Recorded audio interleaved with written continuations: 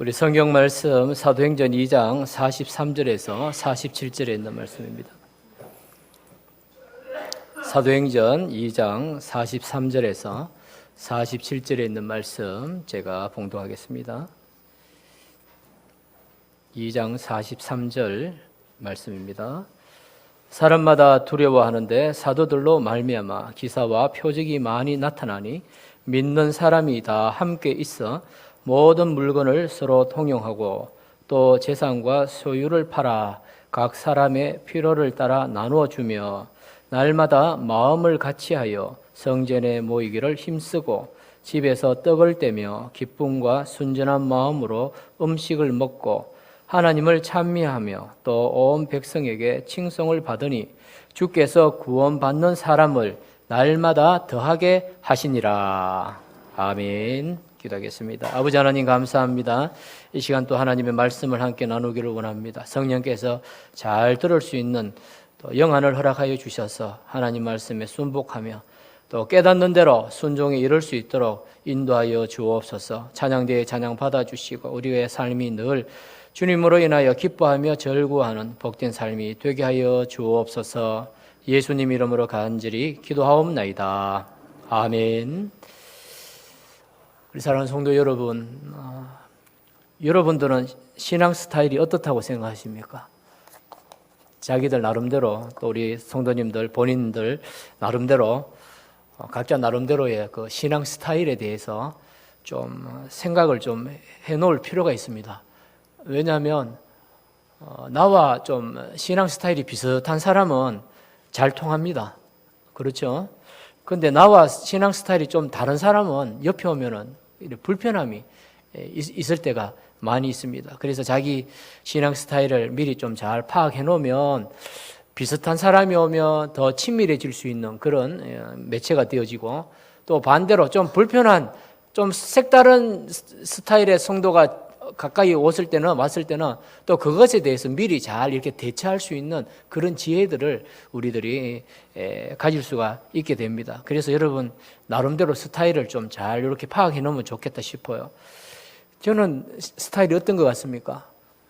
아직 잘 모르겠죠.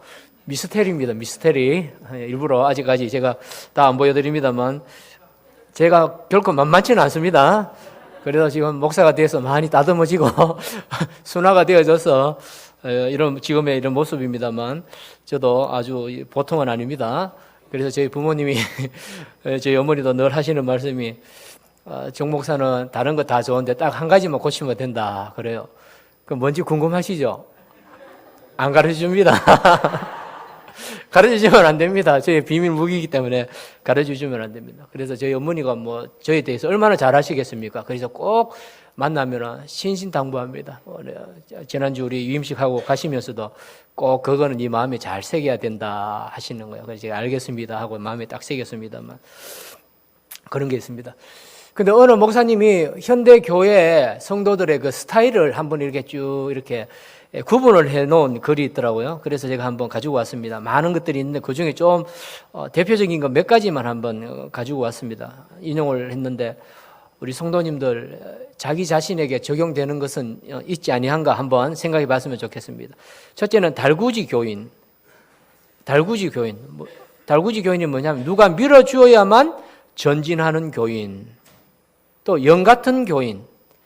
실을 붙들고 있지 않으면 소리도 없이 사라지는 교인, 또 고양이 같은 교인, 줄곧 토닥거려 주어야 만족하는 교인, 또 풋볼 같은 교인, 어디로 튈지 알 수 없는 교인. 적용되는 게 좀 있습니까?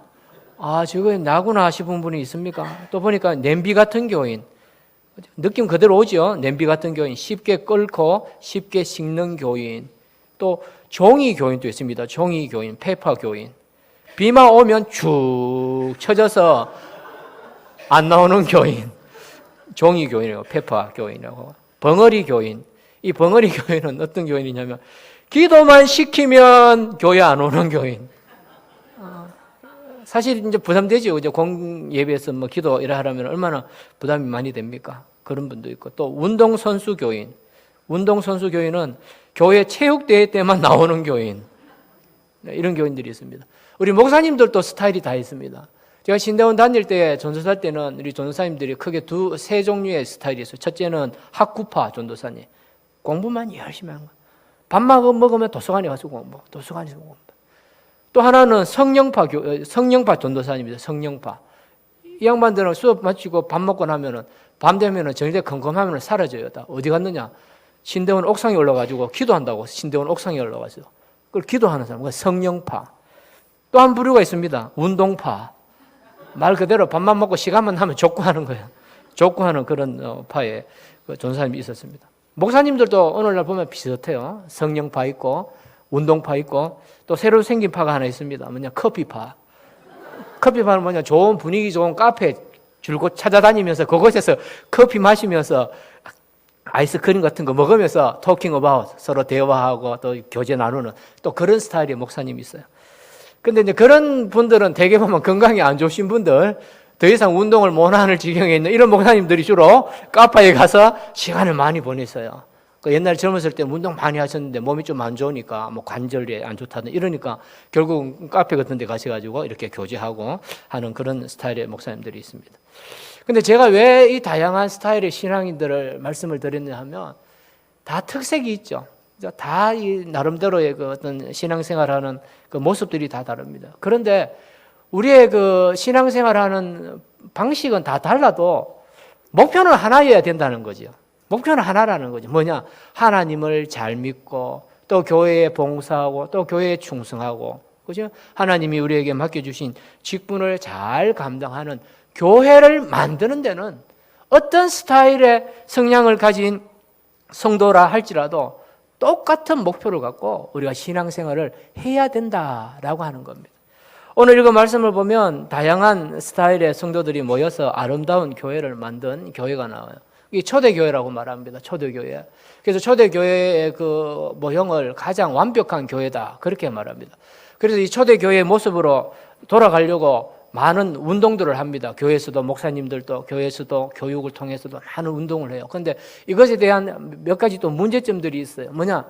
초대교회 때의 상황하고 오늘날 같이 2000년이 지난 오늘 현대사회의 교회의 그 상황이 다르다, 그런 이야기들도 사실은 많이 합니다. 그리고 초대교회에 임하였던 성령의 역사하심하고 오늘날 현대교회에 임하시는 성령의 역사하심의 그 성격이 또 많이 다르다라고 그렇게 신학적으로 이렇게 분석을 많이 합니다. 그렇지만 중요한 것은 초대교회에 보여주었던 아름다운 모습은 오늘날 우리가 다 공통적으로 본받아야 될 그런 모습이라는 것이죠. 초대교회가 우리에게 보여줄 수 있는 아름다운 모범이 뭘까요? 첫째는요, 감동이 있는 예배를 드렸다라고 하는 것입니다. 초대교회에서 보면 우선적으로 우리가 배울 수 있는 교훈은 예배가 살아있는 예배였다라고 말씀을 드릴 수가 있습니다. 이런 말씀을 보면 예배라고 하는 단어는 안 나옵니다. 그렇죠? 예배라고 하는 단어는 나오지 않습니다. 그렇지만 오늘날 우리가 드리는 예배의 중요한 요소들이 거기에 다 언급이 되어져 있습니다. 42절 말씀을 보면 기도하고 가르치는 것, 말씀이 나오잖아요. 우리 예배도 한번 보십시오. 기도가 있지 않습니까? 우리 장로님이 대표 기도를 드렸고요. 기도가 있고요. 또 설교, 말씀이 있지 않습니까? 또 46절에 보면 뭐가 나옵니까? 모이기를 힘썼다라고 되어 있지 않습니까? 예배를 드리는데 뭐 혼자 각자 자기 집에서 예배 드립니까? 아니잖아요. 다 같이 모여서 예배를 드립니다. 이걸 회중 예배라고 그렇게 말해요. 회중 예배. 모여서 예배를 드리지 않습니까? 그리고 47절에 보니까 모여서 무엇을 했습니까? 하나님을 찬미했다라고 되어 있습니다. 하나님을 찬미했다. 이 찬미라는 말은요, 뭐 찬송한다, praise라고 하는 그런 의미도 있고, 또 sing, 노래한다는 이런 의미가 복합적으로 사용되는 의미가 바로 찬미한다라고 하는 이런 의미예요. 그러면 우리가 왜 하나님을 찬양하고 왜 하나님을 노래합니까? 그거는 뭐냐면 우리가 일주일 생활하는 가운데에 하나님이 우리를 인도해 주시고 우리를 보호해 주시고 하나님이 우리에게 베풀어 주신 그 사랑과 은혜에 감격하고 감사해서 하나님을 자랑하는 것, 그것이 바로 찬미가 되는 것입니다.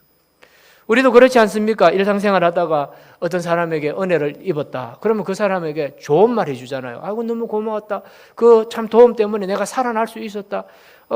집사님의 그 기도 때문에 우리가 힘을 얻었고, 우리 장로님, 권사님 기도해 주시는 덕분에 아이고 우리 집 애가 그렇게 아팠는데 다 나았어요. 이렇게 우리가 보답의 말을 하지 않습니까? 마찬가지로 우리가 예배 중에 드리는 이 찬송이라고 하는 것이 바로 그와 같은 의미라는 거죠.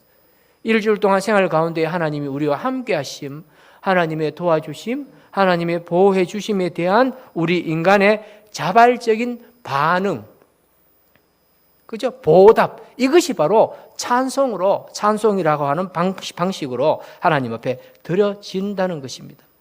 그래서 이러한 네 가지 요소들이, 예배의 요소들이 잘 드러나고 유기적으로 잘 또 작용하는 그 예배가 살아있는 예배다라고 그렇게 많은 사람들이 말씀을 하고, 또 오늘 이거 말씀해 보면 그러한 예배를 통해서 더욱더 은혜가 넘치는 교회였다는 것을 우리가 발견을 할 수가 있습니다. 오늘 이 시간에도 우리 성도님들 예배 드리러 오셨잖아요, 그죠? 그래서 우리 교회가 활동을 많이 합니다. 예배 드리는 시간도 있고, 전도의 모임 시간도 있고, 또 교회 크고 작은 행사의 그런 모임들도 있지 않습니까? 구역 예배도 있고, 봉사의 영역도 있습니다. 그런데 제일 중요한 요소가 무엇인가? 바로 예배예요, 예배. 예배에서 모든 것이 결판이 되어지는 거예요. 그래서 예배가 다르게 말하면 종합적으로 하나님 앞에 영광 드리는 그런 시간이다. 그렇게 말씀을 드릴 수가 있는 것입니다. 건강한 교회로 성장하기 위해서는요, 크게 네 가지 요소들이 필요합니다. 오늘날 우리 교회들이 부흥하고 발전하고 또 건강한 교회로 성장하기 위해서는요, 크게 한 네 가지 요 요소가 잘 되어지면 좋은 교회로 발전할 수가 있다고 그렇게 이론가들이 말을 합니다. 그 첫째가 무엇인가 하면 소그룹 운동이 잘 되어져야 된다. 그렇게 말합니다. 소그룹. 그 작은 그룹이죠. 그 소그룹 반대가 뭡니까? 대그룹이잖아요. 대그룹. 대그룹이 뭐냐면 전 교인들이 함께 모여서 움직이는 거예요. 그래서 대그룹이 뭐냐면 오늘날 말하면 예배입니다. 예배. 예배에 모든 우리 성도들이 한 자리에 모였잖아요. 우리 공간적인 그런 제한 때문에 또 혹은 나이적인 그런 어떤 그 제한 때문에 우리가 뭐 유치부, 초등부, 중고등부 따로 예배 드리지 않습니까? 그렇지만 원칙은 어떤 예배를 드려야 되느냐 하면 온 가족들이 다 함께 모여서 예배 드려야 돼요. 모든 권속들이 어린아이로부터 노인에 이르기까지 모든 어른들이 다 한자리에 모여서 예배 드리는 것이 원래는 예배의 원칙이에요, 그게. 근데 이제 실제적으로 이제 현대 사회에 여러 가지 뭐 제한된 그런 환경들 때문에 우리가 좀 구분해서 어른들만 이렇게 예배를 드립니다만, 그래서 이 소그룹이 활성화되어져야 되는. 그 소그룹은 오늘날로 말하면 무엇일까요? 구역 예배로 말해요. 구역 예배. 우리 온 성도들이 조직적으로 나누어져서 그 소그룹이 활성화되어지는 그런 교회, 그것이 잘 되어지는 교회가 발전하더라는 것이죠. 또 두 번째로 중요한 게 뭐냐면 그 교회에 또 열정적인 기도가 있어야 돼요. 기도하는 종들이 많이 생겨나야 됩니다. 기도하는 교회가 참 하나님의 능력을 받고 또 하나님의 도우심을 많이 체험한다는 거예요. 그래서 기도하는 팀들이 있어야 됩니다. 그래서 요즘 보면 웬만한 교회들은 중보 기도팀에서 아예 기도팀을 만들어버려요. 뭐 전도팀처럼 중보 기도팀을 만들어서 우리 성도님들의 개인적인 기도의 제목들을 다 카드로 받아가지고 또 그걸 리스트로 정리해서 나누어주고 그걸 갖고 매일마다 기도하고 또 응답 받았는지 또 체크하기도 하고 뭐 그런 방식으로 합니다. 그래서 어떤 열정적인 그런 기도가 필요한 그런 교회들이 많이 있다는 거죠. 그리고 또 말씀 양육, 소위 말하면 성경 공부반, 또 이런 말씀 공부반을 통해서도 교회가 든든히 세워져 간다는 거죠. 그리고 마지막으로 네 번째가 무엇인가 하면 네 번째가 바로 감격이 넘치는 예배. 감격이 넘치는 예배. 이 예배를 통해서 하나님께서 영광 받으시고 우리가 하나님의 은혜를 또 누릴 수 있게 되어진다는 것입니다. 그런데 우리 사랑하는 성도 여러분, 이 예배라고 하는 말이요, 좀 어떻게 보면 굉장히 관념적이고 좀 추상적이잖아요. 그런데 예배의 본 뜻이 뭐냐 하면요, 영어로 이 예배가 뭡니까? 우리 청년들 영어로 예배, 그렇지, 월십이라고 하잖아요. 월십인데요, 이 월십이라는 의미는 두 가지 단어가 붙여져서 이렇게 합성된 말이잖아요. 월스라고 하는 말하고 플러스 SHIP, 죄송합니다. WORTH하고 플러스 SHIP, 10하고 한번 붙여져. 월스 플러스 10이에요. 월스가 뭡니까? 월스. 그렇지. 가치라는 뜻이에요. 가치. 그러니까 우리가 예배 드린다 할 때는 그 의미가 뭐냐면 하나님께 최고의 가치를 부여합니다 라고 하는 그 의미가 바로 worship이에요. worship. 그러니까 우리가 많은 우리 생활하면서 가치 있게 여기는 부분들이 성도님들 많이 있지 않습니까? 뭐 우리 청춘 남녀 같은 경우는 뭘 좀 가치 있게 여깁니까? 데이트하는 시간을 또 가치 있게 여길 수도 있고, 사랑하는 여인이 나에게 생일 선물로 준 그 뭐 만년필이든지 뭐 책이든지 뭐 그죠, 뭐 구두든지 뭐 손수건이든지 그런 걸 보면은 가치 있게 여기죠. 왜? 아, 내 사랑하는 사람에게 이걸 받았기 때문에. 그거는 오래돼도 안 버리잖아요. 죽을 때까지 딱 간직하는 그런 게 있지 않습니까? 저도 뭐 지난번에 저희 집 사람하고 이제 결혼하기 전에 만나서 뭐 선물 받은 거, 만년필 선물 받은 거 여러분께 한 말씀드렸잖아요. 또 제가 잘 보지는 않지만 또 아주 갑오처럼 여기면서 물려주려고 딱 박스에 넣어가지고 잘 보관한 게 있어요.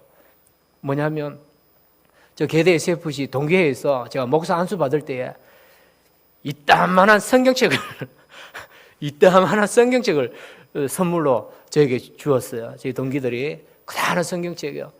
그 글자가 얼마나 큰지 몰라요. 나이 한 60, 70대에서 보면은 글씨가 시원시원하게 잘 보일 정도로 글자도 엄청 큰 성경책을 빅 성경책이 크다란 거였어요. 그걸 받았어요. 근데 아직까지 뭐 눈이 좋으니까 뭐 그 큰 글씨 뭐 볼 필요는 없잖아요. 근데 그걸 제가 잘 보관을 하고 있어요. 읽지는 않지만 잘 보관하고 있어요. 왜냐하면 그래도 제 친구들이 믿음의 동력자들이 제가 목사 됐다고 선물 사서 성경책 주니까 다른 것 아니고 성경책을 주니까 얼마나 소중하게 여겼어요. 아주 가치 있는 그런 선물이 되어진 것이죠. 마찬가지로 우리가 하나님 앞에 나와서 예배 드릴 때 어떤 생각을 가져야 되느냐.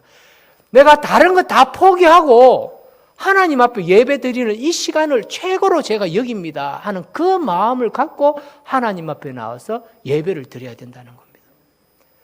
우리 사람들이 행동을 결정할 때에 두 가지 원칙하에서 행동을 결정해요. 첫째는 뭐냐, 시간 순으로, 그죠? 시간 순을 따라서 어떤 일을 결정하는 경우가 있고, 또 하나는 뭐냐면 일의 중요성을 갖고 일을 결정하는 경우가 있어요. 시간 순이 뭡니까? 일이 겹쳤다, 두 개. 그러면 뭘 기준으로 해서 그 행동을 합니까? 그렇죠. 먼저 약속 잡은 걸 기준으로 해서 그걸 해버리는 거야. 근데 중요성을 갖고 하면 어떻게 됩니까? 먼저 약속을 했더라도 더 중요한 일이 생기면 더 중요한 일을 우선적으로 하게 된다는 거죠. 오늘 같이 시원한 날에, 이래 하청한 날에요. 밖에 놀러 다니고 싶은 마음이 얼마나 꿀떡 같겠습니까? 그렇지만 우리가 하나님 앞에 나왔어요. 다른 사람들은 세상에 좋은 모임들 많이 갖지 않습니까? 가족 나들이 가기도 하고, 운동에 가기도 하고, 교회 모임 하기도 하고, 동창회 하기도 하고, 좋은 레스토랑에 가서 식사하기도 하고, 바람을 쐬고 여행을 합니다. 그렇지만 저와 여러분들은 이 시간에 여기 오셨지 않습니까? 왜 오셨습니까? 하나님을 최고의 가치로 여기기 때문에 이 자리에 나온 것입니다. 우리가 하나님 앞에 나올 때에 그와 같은 마음을 늘 되새기면서 나와야 됩니다. 그냥 뭐 이렇게 별 생각 없이 늘 의례적으로 일주일에 한 번씩 교회 가는 거다 이렇게 생각하고 오면 안 되는 거예요. 매너리즘에 빠지면 안 되는 거예요. 오실 때마다 어떤 생각을 가져야 되느냐. 내가 다른 소중한 일들이 많이 있지만 그중에서도 하나님이 최고십니다 하는 이 마음을 갖고 하나님 앞에 나와야 돼. 내가 하나님 최고의 하나님께 나의 가장 소중한 시간을 드립니다. 나의 가장 소중한 나의 마음을 드립니다 라고 하는 그 마음을 갖고 주님 앞에 나올 때 그 예배가 진정한 예배가 되어진다는 것입니다. 그리고 예배를 드리기 위해서 몇 가지 중요한 요소들이 있습니다. 첫째는요, 목사가 잘해야 돼요. 그렇죠. 우리 성도님들 다 뭐 그렇게 생각해요. 목사님이 예배 인도도 잘하고 설교도 잘해야 돼요. 맞습니다. 그러기 위해서는 우리 성도님들이 또 해주셔야 될 게 있어요. 뭐냐, 목사를 위해서 기도를 많이 해주셔야 돼요. 목사를 위해서 기도를 많이 해주셔야 돼요. 우리 목사님 설교 말씀 잘 준비할 수 있도록 여러분들이 기도를 많이 해주시고요. 또 목사 설교할 때 목사의 그 설교를 잘 듣고 잘 이해할 수 있도록 도와주시옵소서 하는 그 마음으로 기도를 하고 설교를 들으셔야 돼요. 그런 기도 없이 와서 그냥 설교 들으면요, 목사 설교를 어떻게 들으시냐면 저 목사 설교가 잘하는 설교냐 못하는 설교냐 이렇게 판단하게 되어져요. 또 목사 설교하다가 얼토당토 안 하는 엉뚱한 소리 하나 안 하나 요거 체크하게 되어져요. 그러니까 목사는 설교를 하다 보면은 조금 성도님들이 좀 이해하기 힘든 그런 부분도 언급되어지는 경우들이 있습니다. 왜냐하면 목사는요, 무슨 권이 있느냐면 성경을 해석할 수 있는 권이 있어요. 성경을 해석할 수 있는 권이 있어요. 그러니까 우리 신학교 가서 설교학 공부하고 또 목사 시험 칠 때 또 설교 어려운 성경 본문을 갖고 시험을 칩니다. 목사님들 앞에서 설교문을 만들어서 내요. 그래서 목사님들이 보시고 그 목사의 설교 해석 방법이 교리적으로 볼 때 크게 문제가 없을 때에 그 정도면은 괜찮다라고 해서 목사를 세우는 거예요. 그래 목사가 해석할 수 있는 권이 어느 정도 있는 거. 그래서 도저히 이거는 뭐 얼토당토하는 비성경적이다 싶을 때에는 이제 교회적으로도 또 노예적으로도 이제 문제를 삼아서 또 해결하는 그런 방식으로 나가는 거예요. 근데 우리 성도님들이 하나님 말씀을 목사들이 전가할 때 여러분들이 기도로서 오늘 목사님 잘 들을 수 있도록 바르게 들을 수 있도록 인도해 주옵소서라고 하는 그 기도를 안 하면요 잘못 이해하는 경우들이 엄청나게 많이 있어요. 제가 과거에 있었던 어느 교회에서 이런 일이 일어났습니다. 어떤 일이 일어났냐면 저는 목사라서 그런지 몰라도 앞뒤 정황을 설교를 뭐 처음부터 끝까지 쭉 다 들었기 때문에 그 내용의 의미가 무엇인지 저는 알아요. 그런데 그것 때문에 그 목사님이 굉장히 곤욕을 치른 적이 있어요. 하루는 그 목사님께서 이런 메시지를 전하셨어요. 이게 그대로입니다. 어떤 말씀을 전하시냐면 우리 교회에도 찬양단들이 많이 있습니다. 우리 찬양대 말고 찬양단 있지 않습니까? 찬양단들이 참 많습니다. 우리 찬양 율동팀도 있고 찬양단도 있고 악기를 다루는 우리 찬양단원들도 참 많이 있는데 마이클 잭슨이 와서 공연을 할 때 보면 얼마나 열정적으로 공연을 하는지 모릅니다. 마이클 잭슨 아시죠? 지금 죽었습니다. 마이클 잭슨이 한 번 와서 공연을 하면 얼마나 많은 열정적인 팬들이 와서 열광하는지 모릅니다. 그렇게 열광할 수 있었던 이유가 무엇이냐면 마이클 잭슨이 노래 연습을 엄청 많이 합니다. 또 자기들 멤버들 있지 않습니까? 그 연주자들이 얼마나 오랫동안 연습을 하고 심혈을 기울여서 그 1시간 공연하기 위해서 피땀 흘리면서 노력해서 그들은 무대 앞에 서서 그렇게 관중들을 열광시킵니다. 그렇게 이야기를 했어요. 그러면서 목사님이 뒤에는 뭐냐, 우리 찬양단들도 막 저만큼은 안 되더라도 마음을 다해서 뜻을 다해서 우리가 하나님께 찬양하는데 좀 더 잘 준비하고 더 열심히 해서 쟤네들보다도 더 멋지게 하나님께 쓰임받는 찬양단이 되기를 바랍니다. 그렇게 설교를 했어요. 우리 성도님들, 제가 금방 인용하면서 말씀드렸습니다. 이 말씀 들으시고 시험 드신 분이 계십니까? 시험 드는 분 계세요? 무슨 뜻인지 아시겠죠? 그죠? 무슨 뜻인지 아시죠? 세상 사람들보다도 우리 하나님의 백성들이 더 잘 준비해서 하나님 앞에 영광 돌리자. 그게 취지 아닙니까? 그죠? 더 잘 준비하고 최선을 다하자. 이 뜻이잖아요. 그런데 그걸 갖고 교인들이 몇 명이요? 엉뚱한 소리를 하기 시작하는 거예요. 우리 목사님은 마이클 잭슨 팬이다. 우리 목사님은 마이클 잭슨 팬이고 마이클 잭슨 노래 억수로 좋아한다. 그렇게 소문내는 거야. 얼마나 왜곡되어진 그런 가르침이에요. 그래서 결국은 그것 때문에 그 목사님이 그곳에서 목회를 못 하셨잖아요. 그 문제 때문에. 얼마나 답답한 일이 생기는지 몰라요. 잘못하면 우리의 귀가 왜곡되어져서 진짜 누려야 할 그 참 말씀의 그 달고 오묘함을 누리지 못하는 경우들도 있게 되어지는 거예요. 우리 하나님 말씀을 들을 때에 어떻게 들으셔야 되느냐 하면 하나님의 말씀이다. 그렇게 들으셔야 돼요. 혹시 한 번씩 보면 목사님이 설교하다가 좀 실수하는 경우도 있어요.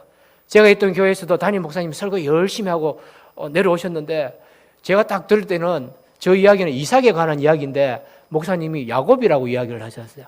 저도 한 번씩 그럴 때 있죠. 그죠? 그럴 때 있습니다. 엘리야 비슷하거든. 그런 경우도 있습니다.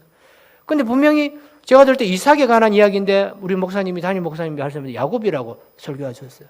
그래서 제가 예배 마치고 목사님하고 뒤에 서서 교인들하고 인사하면서 교인들 다 가고 난데 제가 목사님께 말씀드렸어요. 목사님 죄송한데 그 목사님 말씀하실 때에 이삭인데 야곱이라고 하셨습니다. 그랬어요. 그랬더니 목사님이 뭐라고 하셨냐면 네가 잘못 들었다. 그러고 씩 가버리시는 거예요. 네가 잘못 들었다고 씩 가버리는 거예요. 그래서 제가 할 말이 있습니까? 밑에는 예약하고 그냥 치웠어요. 근데 목사님은 알고 계셨어요. 자기가 잘못했다. 그러면 농담조로 장난조로 저한테 네가 잘못 들었다고 한 거예요. 그래서 제가 그 뒤로 아무 말씀을 안 드렸어요. 목사님이 아시니까. 그 순간 다 알기 때문에. 그런 경우가 많이 있다는 거죠. 그런데 그런 것들을 바르게 잘 이해하려면 우리가 무엇이 필요하냐면 설교하는 목사님을 위해서 기도를 많이 하셔야 돼요. 목사가 이래 하더라도요, 여러분이 설교를 쭉 들어보시고 저건 아가 아니고 어였는데 목사님이 아를 하셨구나 하면서 여러분들이 어로 받아들이시면 됩니다. 아멘이십니까? 그렇게 하시면요, 여러분 은혜가 돼요. 근데 앉으셔가지고 설교 한 30분 들으시면서 말이야, 요거 따지고 저거 따지고 하면요, 은혜가 하나도 없어요. 예배 때 은혜 못 받아버리면요, 재미없어요. 신앙생활은. 재미가 없게 되어지는 것입니다. 그리고 또 한 가지 중요한 것은요, 우리 성도님들이 토요일 시간을 잘 관리를 하셔야 됩니다. 토요일 시간 관리를 잘 하셔야 돼요. 무슨 말이냐? 내일은 예배 드리는 시간인데 예배 드릴 때에 지장을 받지 아니하도록 토요일은요, 특별히 좀 절제되어진 생활 패턴을 여러분들이 가지셔야 됩니다. 그래서 요즘은 뭐 금요일까지만 일하고 토요일 또 얼마나 이렇게 자유롭게 놀 수 있는 그런 환경입니까? 그러다 보면 도시 교회에서는 그런 현상들이 많이 일어나요. 토요일 아침에 교인들이 막 신나게 가족 여행을 많이 다닙니다. 다니고는 밤 11시, 12시에 집에 들어와요. 실컷 놀다가. 밤 11시, 12시까지 직장인 때문에 바쁘고 힘들고 그러면 또 이해를 하지만 실컷 놀다가 밤 12시 돼가 와가지고는 다음날도 주일 되면 꾸벅꾸벅 잡니다. 그래서 전날 뭐 하셨어요? 이러니까 밤 12시, 밤 새벽 1시까지 가족들끼리 놀다가 왔다. 운전 2시간, 3시간 해보십시오. 피곤하잖아요. 그죠? 그래서 여러분들이 그런 부분에 내일은 하나님 앞에 들어가서 예배 드리는 시간이다. 또 교회에서 봉사하는 시간이다. 그렇게 하면서 스스로 그 시간을 통제할 수 있어야 됩니다. 너무 힘든 일 하시면 또 안 되고요. 가능하면 너무 힘든 일 하지 마시고 꼭 적절한 안배를 하시면서 시간을 보내실 수 있는 그런 마음을 가지셔야 됩니다. 제가 어릴 때에 참 초등학교 한 5, 6학년 때에 자고 나면 오른쪽 어깨가 아프고 자고 나면 오른쪽 어깨가 아팠어요. 학교 가도 어깨가 아프고 어깨가 많이 아팠어요. 제가 어깨 아픈 사람 아닙니다. 근데 이상하게 자고 나면 어깨가 아프고 자고 나면 어깨가 아팠어요. 학교 가도 어깨가 아팠어요. 그래서 어느 날 한순간 딱 깨달음이 왔습니다. 무슨 깨달음이 왔느냐? 자기 전에 딱지치기를 너무 많이 한 거야. 딱지치기를 너무 많이 한 거야. 왜냐하면 내 딱지 내가 친구들하고 딱지 따먹게 하면서 그것만 쳤으면 또 괜찮은데 제 남동생이 하나 있잖아요. 남동생이 딱지치기 하다가 이런 거 내가 대신 다 따줬거든. 그러니까 꽃배기로 토요일날 전날 말입니다. 주일 전날 딱지치기 하기도 하고 학교 가기 전날 또 딱지치기 한 거야. 쓸데없이 에너지 다 소비해버리니까 다음날 학교 가서 공부해야 되는데 어깨 아파가지고 공부도 못하고 그랬던 적이 있어요. 마찬가지로 우리가 하나님 앞에 나오기 전날 온전한 예배를 드리기 위해서 우리가 영적으로 잘 준비해야 되고 또 절제해야 될 부분들은 좀 절제하고 또 통제해야 될 부분들은 잘 통제할 때에 진짜 우리가 하나님 앞에 나와서 예배드리고 영으로 임하시는 하나님을 만날 수 있으리라고 믿습니다. 우리 모든 성도님들이 그런 분들이 되시기를 바랍니다. 한 가지 이야기만 하고 마치겠습니다. 오랫동안 평생을 예수님을 잘 믿었던 40대 아들이 있었습니다. 이 40대 아들이 70대 어머니에게 어느 날 이런 말을 합니다. 어머니, 제가 요즘 교회 가기가 싫어요. 아들아, 왜 네 평생에 교회를 다녔고 교회 일들을 많이 하지 않았느냐? 왜 그래 갑자기 교회 가기 싫으냐? 그랬더니 아들이 어머니, 제가 교회 가기 싫은 이유 3가지가 있습니다. 첫째는 아침에 일찍 일어나기가 힘들어요. 둘째는 제가 앉는 자리가 너무 불편해요. 세 번째는 예배가 너무 지루해요. 그렇게 말했어요. 이 말을 듣고 있던 어머니가 그래도 너는 교회 가야 된다. 그래도 네가 교회 가야 될 이유 3가지가 있다. 첫째는 교회에 가는 것은 너의 선택이 아니라 필수요 하나님의 명령이다. 둘째는 너의 잘못된 신앙을 바로잡기 위해서는 네가 교회에 가야 된다. 그렇게 하고 세 번째는 뭐라고 하면 정말 네가 꼭 교회 가야 할 이유는 바로 네가 바로 그 교회의 담임 목사이기 때문이다. 그렇게 이야기를 했대요. 그 참 넌센스이고 참 그렇죠. 우리 목사들의 딜레마입니다. 제가 여기 서서 예배를 인도하고 예배를 또 말씀을 증거를 하지만 이런 딜레마 비슷한 게 빠질 때가 굉장히 많이 있습니다. 저희 친구들도 저희들하고 함께 모여서 한 번씩 이야기하면 그런 말을 합니다. 정 목사, 내가 교역자들이 새벽 기도만 안 가면 나도 목사 했을 건데, 이런 말을 하는 친구들이 종종 있어요. 새벽 기도가 제일 힘들어 보이는가 봐요, 우리 성도님들. 그러신 것 같습니까? 그래 힘든가 봐요. 우리 예배라는 것은 참 한편으로는 굉장히 어렵습니다. 그렇지만 우리의 마음이 하나님을 사랑하고 하나님을 사모하고 하나님으로부터 받은 그 은혜에 보답합니다라고 하는 진실된 마음만 있으면 우리가 드리는 예배가 기쁨이요 영광이요 하나님의 더 놀라운 축복을 경험할 수 있는 귀한 시간이 된다는 것, 그것을 꼭 기억하셔서 예배에 열심을 내시는 우리 모든 성도님들 되시기를 주님의 이름으로 간절히 축원합니다. 아멘. 기도하겠습니다. 하나님 아버지 감사합니다. 저희들이 매주일마다 드리는 예배에 대하여 또 한 번 더 깨닫게 하시니 감사합니다. 예배는 하나님께 최고의 가치를 부여하는 것이요, 또 예배는 하나님으로부터 받은 그 은혜를 보답하는 시간이라는 것을 저희들이 잘 깨닫게 하여 주옵소서. 그래서 더 감격이 넘치고 찬양이 넘치고 또 사랑과 은혜가 충만한 우리 교회의 예배가 되도록 성령께서 역사하여 주옵소서. 감사하며 예수님 이름으로 간절히 기도하옵나이다. 아멘.